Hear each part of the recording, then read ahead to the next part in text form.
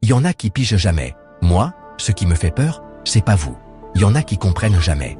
Même quand je leur dis, même quand je leur répète. Ils pensent encore pouvoir m'impressionner avec leurs petits regards sombres, leurs menaces à 2 balles ou leur posture de caïd du dimanche. Mais franchement, ça me fait rien. Rien du tout. Parce qu'il y a bien longtemps que j'ai compris une chose essentielle. La vraie peur, c'est pas un connard avec un couteau. C'est pas une convocation, un contrôle, ou même un flingue. Non, ce qui me fout les jetons pour de vrai, c'est un peu plus cosmique. Moi, les seules choses qui me font trembler un peu, c'est un destructeur de monde. Un vrai.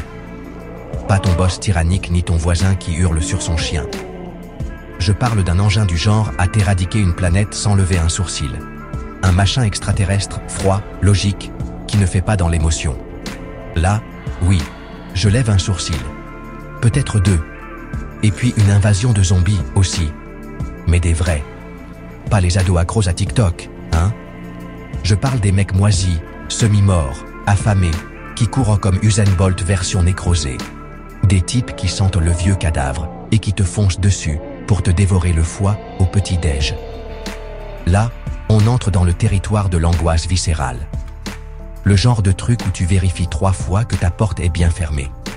Sinon, il y a la pandémie version Stephen King. Pas le petit virus gentil qui te colle une toux et 3 jours sous la couette.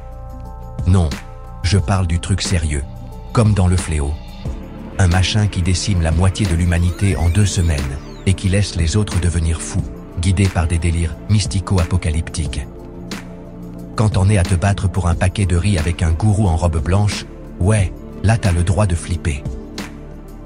Tu veux une vraie peur existentielle?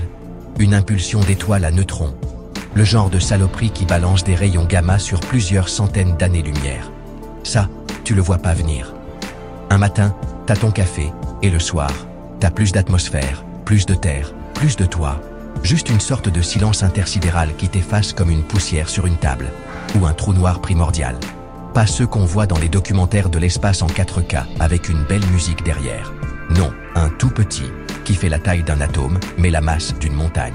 Il traverse la planète sans qu'on le sente et fout un bordel gravitationnel qui désintègre la croûte terrestre comme du pain rassis. Voilà, ça, c'est du stress.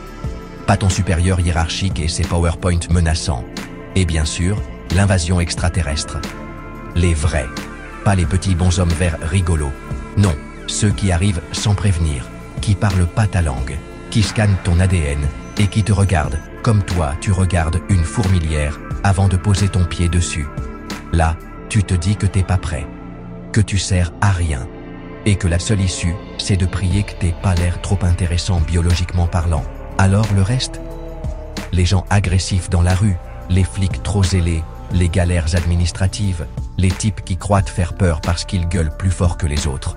Franchement, je relativise. J'ai vu pire, j'ai survécu à pire.